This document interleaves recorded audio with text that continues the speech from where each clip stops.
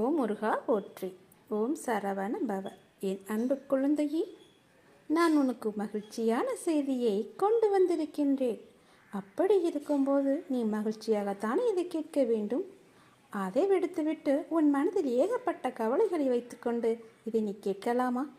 உன்னுடைய மனம் இப்போது எப்படி இருக்கின்றது தெரியுமா? மிகுந்த கவலையில் இருக்கின்றது. மகிழ்ச்சியாக இரு. மகிழ்ச்சியான வரம் தரும்போது மகிழ்ச்சியோடு அதை பெற்று கவலையின்றி நீ வாழ வேண்டும் அல்லவா? கவலையோடு அதனை பெற முயன்றால் அதன் சக்தி மிகவுமே குறைந்துவிடும். அதனால் உன்னுடைய மனதை தெளிவாக, மகிழ்ச்சியாக, சந்தோஷமாக, நிம்மதியாக வைத்துக்கொண்டு நான் தரும் வரத்தை நீ பெற்றுக்கொள். உன் வாழ்க்கை சந்தோஷமாகவே இருக்கும். உன் கடினமான பாதைகளை நீ எல்லாம் அலசி ஆராய வேண்டாம். அது போனது போன வாழ்க்கை. இனி வரப்போவது உனக்கு நல்லதாக இருக்கும். இன்னும் 1 மணி நேரம்தான். இன்னும் 1 மணி நேரத்தில் நீ சற்றும் எதிர்பார்க்காத ஒரு அதிசயம் காத்திருக்கின்றது. அது பல மடங்கு மகிழ்ச்சியை உனக்கு அள்ளி கொண்டு வரப்போகிறது. நிச்சயம் உன் வாழ்க்கை மேன்மை பெறுவதற்கு அது உனக்கு உதவியாக இருக்கும். யார் பேசினாலும், யார் உன்னை துன்புறுத்தினாலும், யார் உன்னை விட்டு விலகினாலும் எதை கண்டும் நீ அஞ்சக்கூடாது. ஏனென்றால் உன்னோடு நான் இருக்கின்றேன். உனக்கு பக்கபலமாக, உற்ற துணையாக, நல்ல தோழனாக நான் இருக்கின்றேன். நான் தருவதை நீ பெறுவதற்கு ஒரு கட்டளை இருக்கிறது. என்னவென்றால், அதை நான் கொடுக்கும்போது நீ கவலையோடு அதனை வாங்கக்கூடாது. மனதில் முழு சக்தியோடு, முழு நம்பிக்கையோடு, மகிழ்ச்சியாக அதனை வாங்கினால் அது உனக்கு பல மடங்கு நன்மைகளை கொண்டு தரும். நான் இருக்கின்றேன். எதற்கும் பயப்படாதே, கலங்காதே, அஞ்சாதே. நான் இருக்கின்றேனே. எல்லாவற்றையும் என்னுடைய பொறுப்பாக நான் எடுத்துக்கொண்டு விட்டேன். இனி நல்லது நடக்கும். நீ நினைத்தது அப்படியே நடக்கும். நீ விரும்பியது அப்படியே உனக்கு கிடைக்கும். நீ ஆசைப்பட்டது போலவே எல்லாம் மாறும். நீ விரும்பிய வாழ்க்கையே உனக்கு கிடைக்கும். உன்னுடைய தற்போதைய நிலை மாறி மிக மிக அழகான ஒளிமயமான வாழ்க்கை உன்னை தேடி வரும். எதற்கும் கலக்கமடையாதே. உனக்கு நல்லது நடந்தே தீரும். கற்கண்டு போல இனிக்கும் உன்னுடைய வாழ்க்கை. தித்திப்பாகவே மாறும் உன் வாழ்க்கை. சந்தோஷமாகவே எப்பொழுதும் இருக்கும் உன் வாழ்க்கை.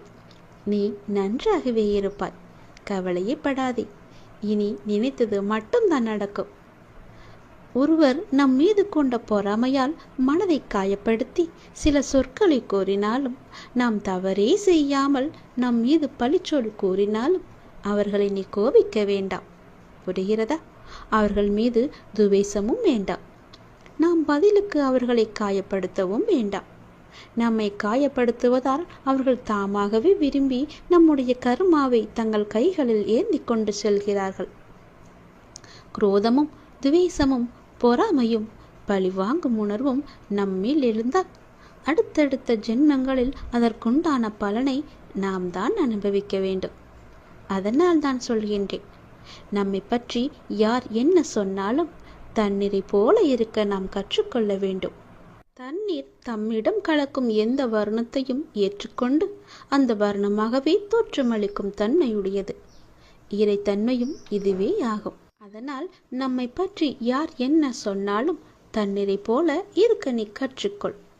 யார் நம்மீது பொறாமை கொண்டு தேவையற்ற வார்த்தைகளை வீசினாலும் அந்த வார்த்தைகளை காது கொடுத்து கேட்காதே.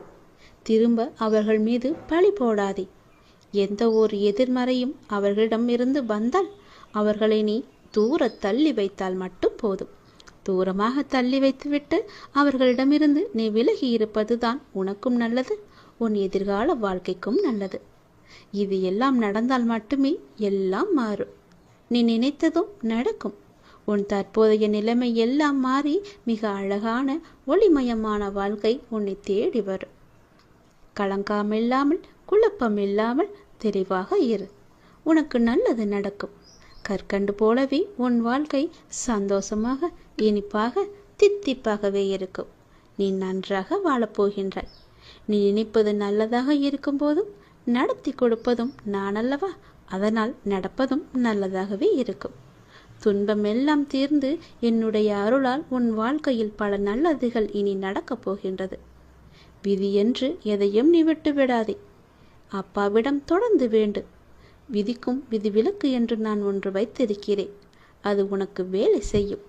உன் தலையெழுத்தும் மாறும். நான் சொல்வது போலவே செய்தால் உன் வாழ்க்கை மிக நன்றாகவே இருக்கும். நினைத்தது நடக்கும், கேட்டது கிடைக்கும், விரும்பியது வரும், ஆசைப்பட்டது எல்லாம் நடக்கும். உன் அப்பாவின் வாக்கு நிச்சயம் உனக்கு மட்டுமே பலிக்கும். உன்னுடைய வாழ்வின் மகிழ்ச்சியான அடுத்த கட்டம் ஆரம்பித்து விட்டது. உனக்கு இப்போது நன்றாக புரிந்திருக்கும். இதுவரை கடினமாக இருந்த உன்னுடைய வாழ்க்கையின் முதல் பாகம் இப்போது மகிழ்ச்சியான இரண்டாம் பாகமாக மாறுவதற்கான அறிகுறிகள் எல்லாம் இனி நடந்து கொண்டிருப்பதையும் இனி நடக்கப் போவதையும் நீ உணர்ந்திருப்பாய் தானே? அப்படி உணரவில்லை என்றால் நீ அதை வரும் நாட்களில் நிச்சயம் உணர்வாய். உன்னுடைய வாழ்வின் அடுத்த கட்டம் மிக மகிழ்வாகவே இருக்கும். உனக்கு பிடித்த மாதிரியே இருக்கும். உன் வாழ்க்கை முடிந்து போகவில்லை, இனிமேல் தான் ஆரம்பிக்கப் போகிறது. சந்தோஷமாக மாறப்போகிறது. ராஜ வாழ்க்கை உனக்கு ஆரம்பித்து விட்டது. நீ மகிழ்ச்சி கொள்ளப் போகிறாய். இனி துயரம் என்பதே உனக்கு இருக்காது. நீ எப்போதும் எதையும் யாருக்காகவும் விட்டு கொடுக்க கூடாது. எப்போதும் எதையோ நீ பறிகொடுத்தவர் போலவும் உன்னுடைய முகத்தை நீ வைத்திருக்கவும் கூடாது. மலர்ந்த முகத்தோடு நீ இருக்க வேண்டும். மகிழ்ச்சியான நிகழ்வுகள் எல்லாம் இனி நடக்கப் போகின்றன அல்லவா? உன்னுடைய இல்லத்தில் மகிழ்ச்சி அதிகரிக்கப் போகிறது அல்லவா? நீ கொஞ்சம் பொறுமையாக கவனத்துடன் நடந்து கொண்டால் போதும். மகிழ்வான பல நிகழ்வுகள் எல்லாம் நடக்க இருக்கின்றன. மலர்ந்த முகத்தோடு நீ ஏற்றும் தீபம் உன்னுடைய வாழ்வில் அடுத்தடுத்து மகிழ்ச்சியை கொண்டு வரப்போகின்றது. நீ ஏற்றும் தீபத்தின் மூலம் உன்னுடைய வாழ்க்கையில் உள்ள இருளெல்லாமே அகலப் போகிறது. நீ என்னிடம் வந்தாய். உன் மனக்குறையை எல்லாம் என்னிடம் சொன்னாய். உன்னால் சொல்ல முடியாத அளவுக்கு கூட நீ தவித்து நின்றாய். உன் மனச்சுமையை உன்னால் இறக்கி வைக்க முடியாத அளவுக்கு உன்னுடைய மனம் பாரமாக இருக்கின்றது. ஆனால் நீ என்னுடைய கோவிலின் படியில் காலெடுத்து வைத்த அடுத்த நிமிடமே நானே உன்னை கவனித்தேன். உன்னுடைய மனப்போக்கை கவனித்தேன். நீ விரும்பிய ஒரு மாற்றத்தை நீ கேட்காமலேயே நான் உனக்கு தரப்போகின்றேன். அதை கண்டு நீ மகிழ்வாக விரைவாக சந்தோஷத்தில் நனையப் போகின்றாய். எப்போது என்று கேட்காதே, நிச்சயம் நடக்கும். உனக்கு வெற்றி கிடைக்கும் நேரம் வந்துவிட்டது. வருந்தாதே, கவலைப்படாதே. உன் வாழ்வில் நான் இருக்கின்றேன் என்பதை நீ சுத்தமாக மறந்து விட்டாய் என்றால் உன் வாழ்வில் நல்லது நடக்காமல் கூட போகலாம். உன்னுடைய வாழ்வில் கடவுள் இருக்கிறார். தெய்வம் எனக்கு துணை இருக்கின்றார். நான் வணங்கும் அப்பா என் கூடவே இருக்கின்றார். என்னை சுற்றி பாதுகாத்து கொண்டே இருக்கின்றான் என்ற நம்பிக்கை உனக்குள் இருந்தால் உன் வாழ்க்கையின் அடுத்த கட்டம் மிக மகிழ்ச்சியாக இருக்கும். நான் சொல்வது சத்தியமாக பழிக்கும். உன் அப்பாவின் வாழ்க்கை நிச்சயம் பழிக்கும். ராஜ வாழ்க்கை உனக்கு ஆரம்பிக்கப் போகிறது. துயரமே இனி உனக்கு கிடையாது. உன் வாழ்க்கை முடியவில்லை, இனிதான் ஆரம்பம். அடுத்த கட்டம் மிக சந்தோஷமாக இருக்கும். நல்லது நடந்து கொண்டே இருக்கும். உனக்கு கூடிய சீக்கிரமாகவே நிலையான வருமானத்திற்கு நான் ஒரு வாய்ப்பை தரப்போகின்றேன். அது அதிர்ஷ்ட வாய்ப்பு உன் வீட்டின் கதவை தட்டப் போகின்றது. அதை பயன்படுத்தி உன்னுடைய வாழ்க்கையில் நீ எப்படியெல்லாம் முன்னேற வேண்டும் என்று ஆசைப்படுகிறாயோ தயங்காமல் நீ முன்னேறி கொண்டே போ. இனி உன் வாழ்க்கையில் ஏற்றம் மட்டுமே இருக்கப் போகின்றது. என் ஆசீர்வாதம் உனக்கு என்றுமே இருக்கு. கவலையே படாதே. கடவுள் எப்பொழுதுமே உடைந்த பொருட்களை மிகவுமே அழகாக பயன்படுத்தி விடுவார். உடைந்த மேகங்கள் தான் மழை பொழியும். உடைந்த நிலம்தான் உளும் வயலாகும். உடைந்த நெல்தான் விதையாகும். உடைந்த விதைகள் தான் புதிய செடிகளுக்கு வாழ்க்கை கொடுக்கும். அதனால் எப்போதாவது நீங்கள் உடைந்து நொறுங்கினால் நம்புங்கள், கடவுள் உங்களை பெரிய விஷயத்திற்கு தயார்படுத்துகிறார் என்று. உனக்குள் இருக்கும் மனக்குழப்பம் நான் உணர்ந்து கொண்டேன். அதற்கு நீ தீர்வை தேடிக்கொண்டிருக்கிறாய் என்பதையும் நான் அறிந்து கொண்டேன். அந்த தீர்வை நான் தருகின்றேன். என்னை சரணடைந்த உன்னை கவலைப்பட செய்து விஷயங்களிலெல்லாம் மீட்டு இழுப்பேன். கவலைப்படாதே, தைரியமாக இரு. நம்பிக்கை இழக்காதே. உனக்கு துணையாக நான் எப்போதும் வந்து கொண்டே இருப்பேன். நீ யார் என்பதை மீண்டும் அனைவருக்கும் புரிய வைப்பேன். சின்ன சின்ன குழப்பங்கள் வரும். ஆனாலும் உன்னை நான் மீட்டு நீ செல்ல வேண்டிய சரியான வழியில் உன்னை செல்ல நான் உனக்கு துணை இருப்பேன். அனுமதியும் தருவேன். என் நாமத்தை உச்சரித்து கொண்டே இரு. எல்லாமே தானாகவே சரியாகும். உனக்கு கூடிய சீக்கிரம் நிலையான வருமானம் வேண்டுமென்று நீ ஒரு முயற்சி செய்து கொண்டிருக்கின்றாய். அந்த முயற்சி வெற்றி பெறுமா அல்ல இப்படியே போய்விடுமா என்று எண்ணத்திலேயே இருக்கின்றாய் அல்லவா? நிச்சயம் அது வெற்றி பெறும். அது உனக்கு பல மடங்கு லாபத்தையும் கொடுக்கும். உன் கர்ம வினைப்படி உனக்கு விதிக்கப்பட்ட வாழ்வில் சில உறவுகளை கையாள்வது கடினமாகத்தான் இருக்கும். அவர்கள் அவ்வப்போது சுயநலமாக நடந்து கொள்வதை பார்த்து நீ கவலைப்பட்டு கொண்டிருக்கின்றாய். நீ எங்கும் போக வேண்டாம். எதுவும் உன்னுடையது இல்லை. உன் வினைக்கேற்ப எல்லாம் உன்னிடம் வந்து இருக்கும். மாயைகள் புரிந்து கொள். தியானத்தை பழகு. நீ இறை சிந்தனையை வளர்த்துக்கொள். தியானம் உனக்கு நிச்சயம் உனக்கு உதவும். துன்பத்திலிருந்து உன்னை காத்து இறுதி வரை உன் வாழ்வை நீ கடக்க உதவும். என்னிடம் நீ கூறிவிட்டாய் அல்லவா? அதற்கு பிறகு எதை பற்றி நீ சிந்தனை செய்து உன் மனதை நீ குழப்பிக் கொண்டிருக்கின்றாய்? சிந்தனையில் சில மணி நேரம் இருக்கச் செய். ஆனால் அது உனக்கு நன்மையா என்று யோசித்து செய். உனக்கு நல்லது நடக்கும். உன் வருமானத்திற்கு நானே பொறுப்பெடுத்துக் கொள்கிறேன். கவலைப்படாதே. அது உனக்கு நிலையான வருமானமாக இருக்கும். நான் தரும் அதிர்ஷ்ட வாய்ப்பை நீ பயன்படுத்தி கொண்டால் உன் வாழ்க்கை மிக நன்றாகவே இருக்கும். பயன்படுத்திக்கொள். உனக்கு இன்ப நிலை நீங்கி துன்ப சுமையை சுமக்கின்றையே, அனுபவிக்க இன்னும் என்ன இருக்கிறது என்ற அளவில் துன்பத்தின் எல்லை வரை சென்று விட்டு வெறுமையாய் நின்று என் முன் எனது முகத்தை உற்று பார்த்து அழும் உன்னை நான் கண்டு கொள்ளவில்லை என்று நினைத்து கொண்டிருக்கிறாய். உன்னை நான் கரிசனத்தோடு தான் கவனித்துக் கொண்டிருக்கிறேன். ஒவ்வொரு முறையும் உன்னை தைரியப்படுத்திக் கொண்டு வருகிறேன் என்பதை நீ நினைவுபடுத்திக்கொள். இன்னும் நீ கடந்து போக வேண்டிய தூரம் நிறையவே இருக்கிறது. அதுவரை எல்லையற்ற பொறுமையோடு தீவிர நம்பிக்கையோடு உனது சுமையின் கணம் தெரியாமல் இருப்பதற்காக என்னுடைய நாமத்தை நீ உச்சரித்தபடி இருக்க வேண்டும்.